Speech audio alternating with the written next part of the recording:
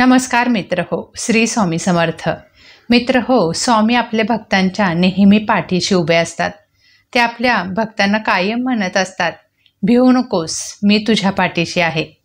म्हणून शांत रहा, विश्वास ठेवा. योग्य वेळ आली की स्वामी दिल्याशिवाय राहत नाहीत. त्या वेळेची वाट बघा, संयमाने काम करत राहा. सर्व काही ठीक होणार आहे. स्वामींवर पूर्ण श्रद्धा ठेवा. त्यांनी तुमचं भलं ठरवलेलं आहे. ते आपल्या लेकरांच्या आयुष्यात कधीच संकटे येऊ देत नाहीत. स्वामी आपल्या भक्तांच्या नेहमी पाठीशी उभे असतात. आपल्या भक्तांना काय हवं आहे आणि काय नको ते त्यांना माहीत असतं. स्वामींच्या सेवेत कधीही अविश्वास दाखवू नका. विश्वासाने सेवा करा. बघा, तुम्हाला त्याचे फळ नक्की मिळेल. कधीही हार मानू नका. स्वामींचं नाम घ्या आणि पुढे चला. यश मिळेपर्यंत थांबू नका, कारण स्वामी समर्थ आहेत तुमच्या पाठीशी.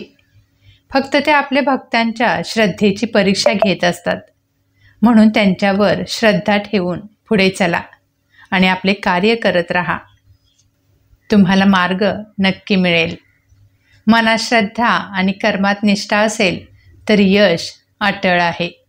स्वामी समर्थ हे तुमच्या प्रयत्नांना योग्य दिशा देतात.